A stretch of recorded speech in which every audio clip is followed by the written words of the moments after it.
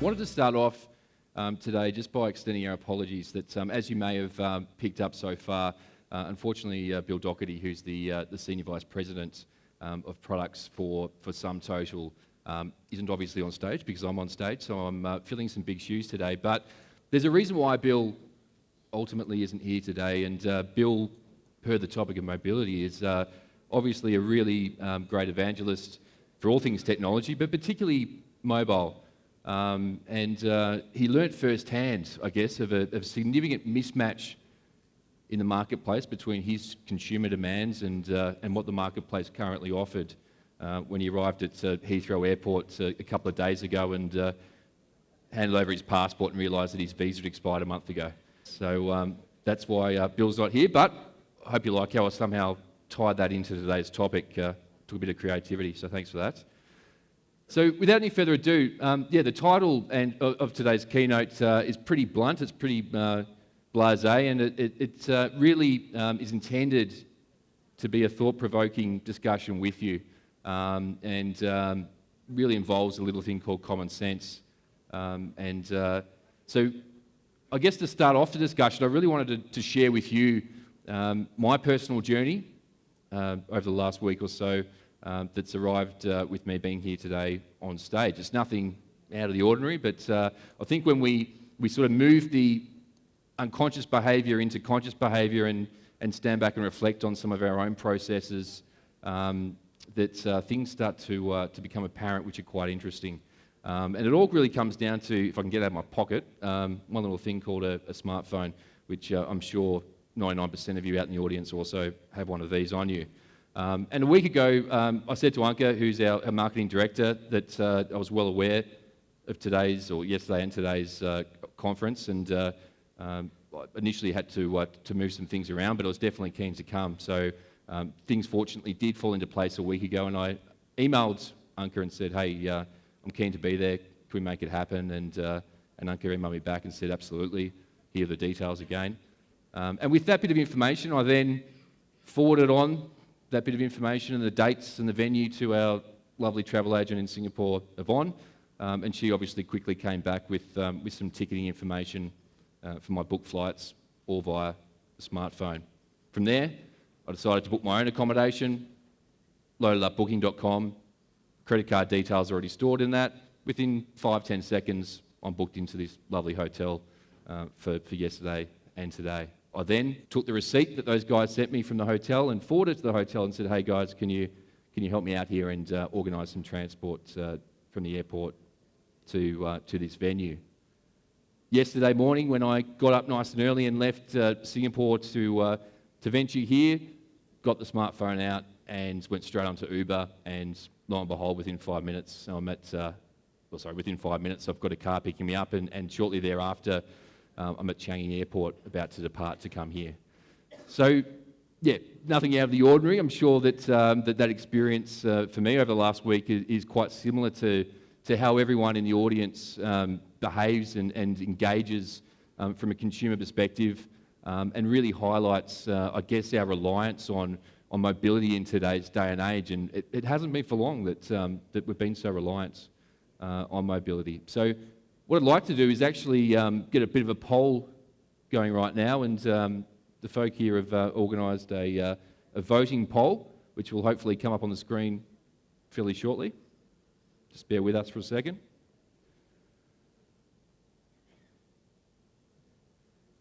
Oh, we've already done that, have we? Sorry, I got a bit ahead of myself there. So yeah, we asked the question earlier on, do you consider your mobile phone to be the single most important element of your individual productivity?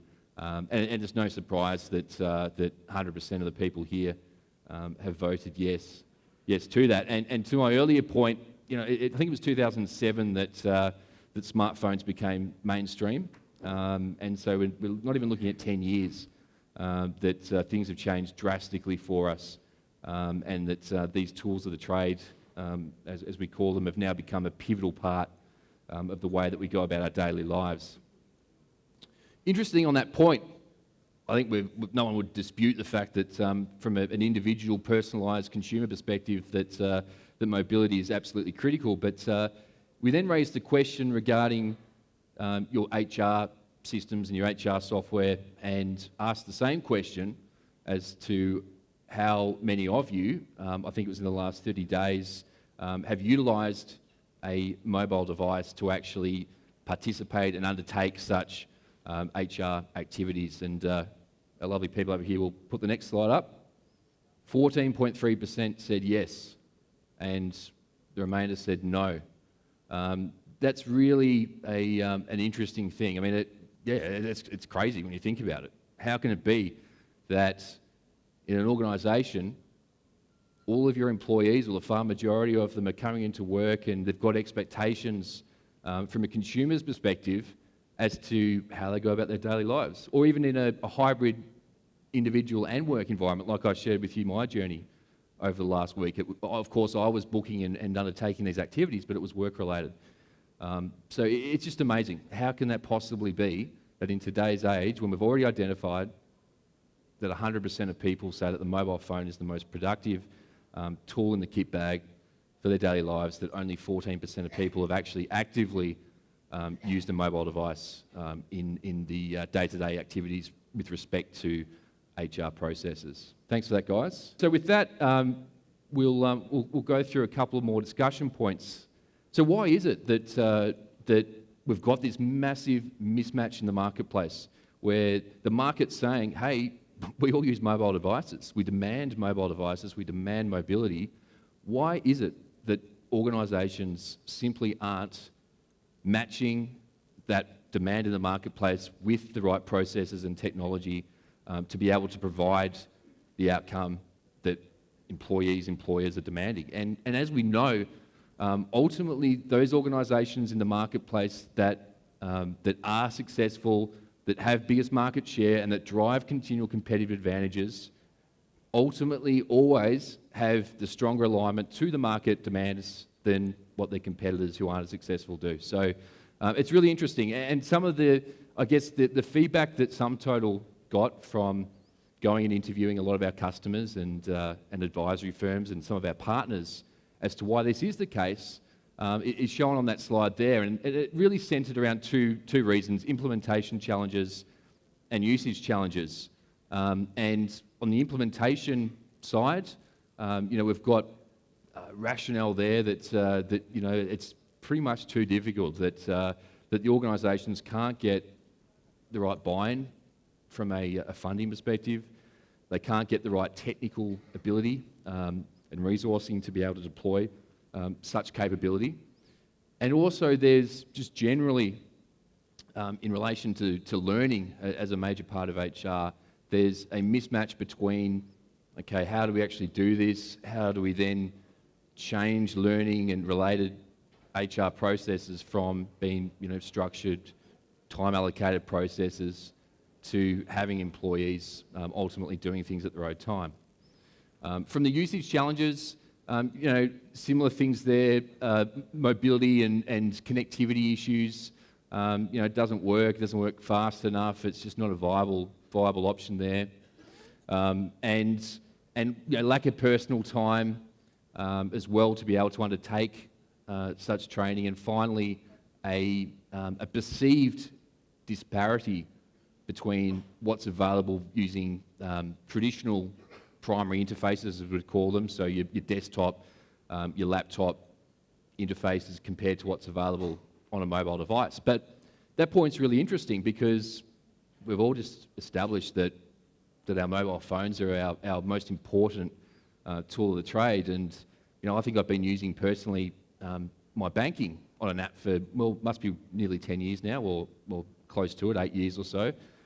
Sure, you can't actually undertake everything that you could do logging into your internet banking on a primary interface, but I would say that 95% of the time, using that as an example, I can, using a mobile app is more than suffice. So that in itself is quite interesting.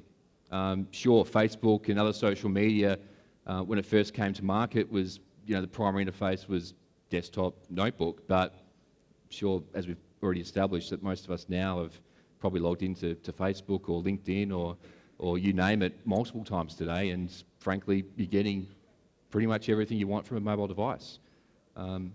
So yeah, very, very interesting. And once again, just as Bill experienced his mismatch between what he'd like on a mobile device and unfortunately the state of passports and visas still being very traditional in the way that they're presented to us, this slide here actually represents a complete mismatch between what the market is telling us. So if we go to the next slide, which I've got there. So we already know that these aspects at the moment of talent mobility, so top organisations are now understanding that they have to be able to adapt and change and really utilise a mobile workforce. That's not a new notion. I'm sure people have been getting on stages like this for 10, 15 years and talking about the same thing. So that's already in a mature stage. Compliance, from a learning perspective, compliance is never going to go away.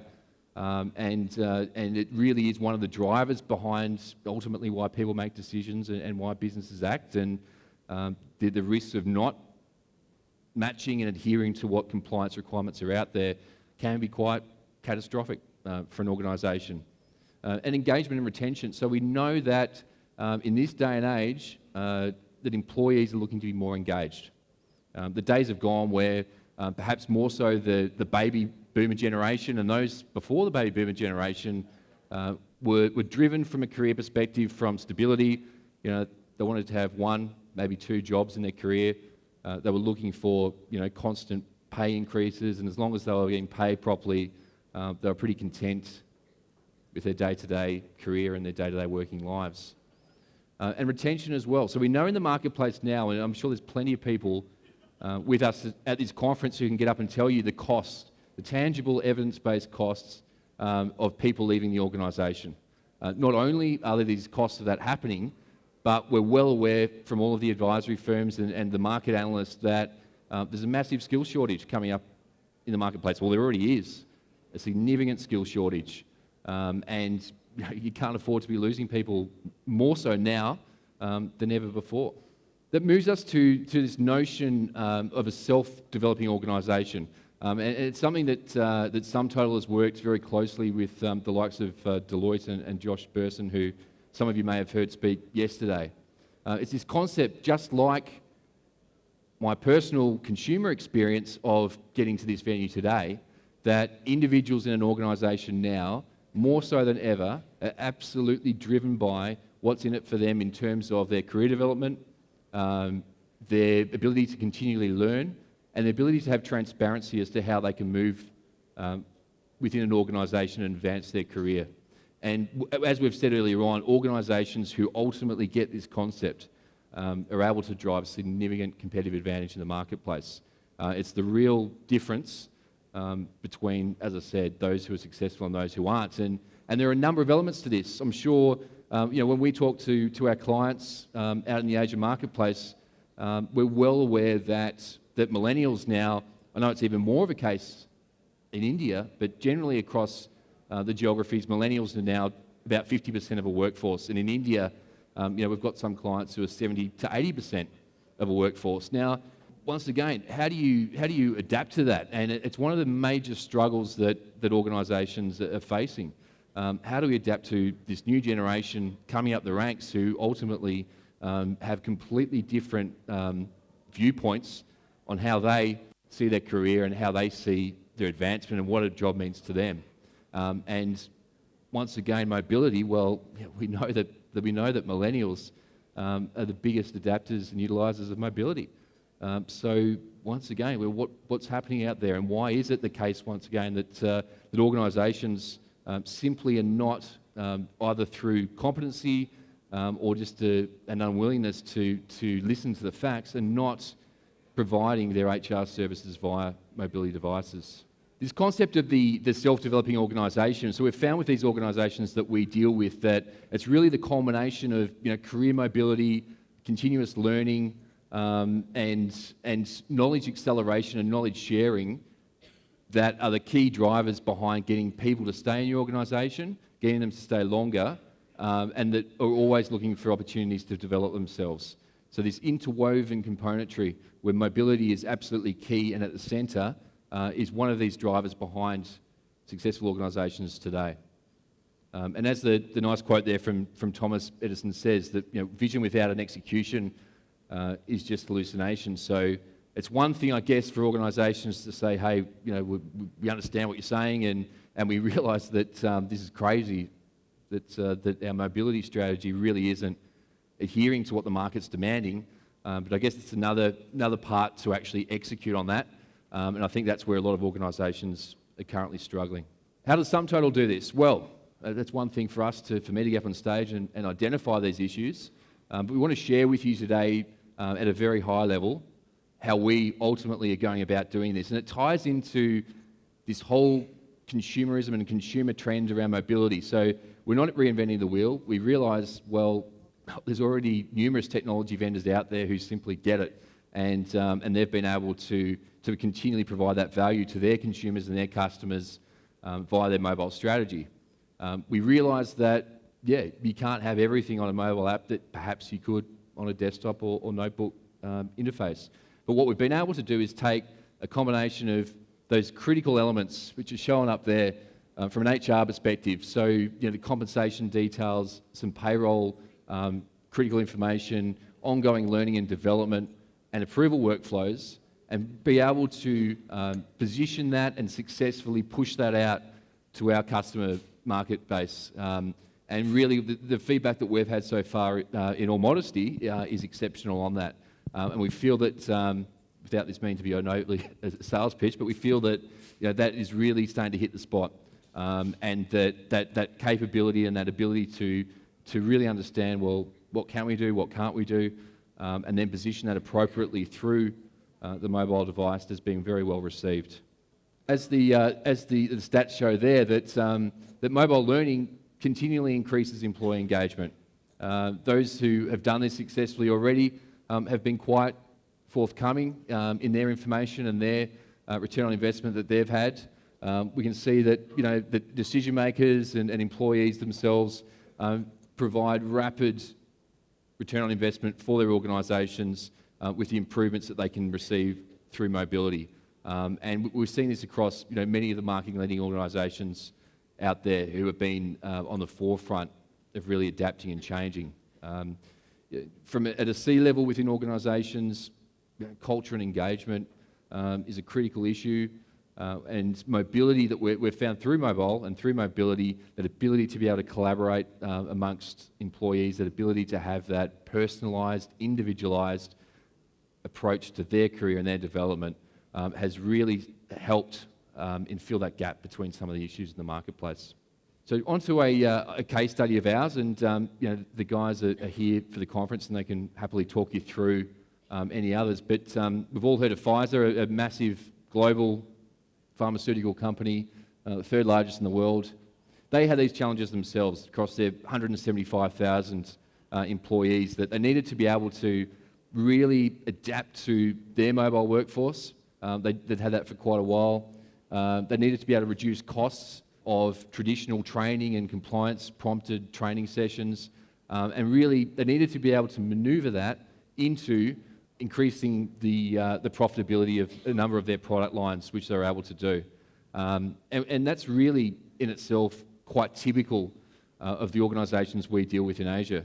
We've got a number of organisations in the oil and gas industry in Asia, and as a lot of us know, oil and gas prices have gone down considerably over the last couple of years. So these organisations, understanding that their profitability has gone down considerably, have looked at ways to drive operational efficiencies, reduce costs, but coupled with that, roll out a market-leading employee mobility engagement process. So many of these organisations have turned around some traditional HR processes to be fronted by mobility. And I'll leave you there with a couple of analyst thought processes there, or from Gartner, on how mobility is really changing, and how organisations who do take on board and understand and execute on appropriate HR mobility strategy are definitely driving competitive advantage for themselves.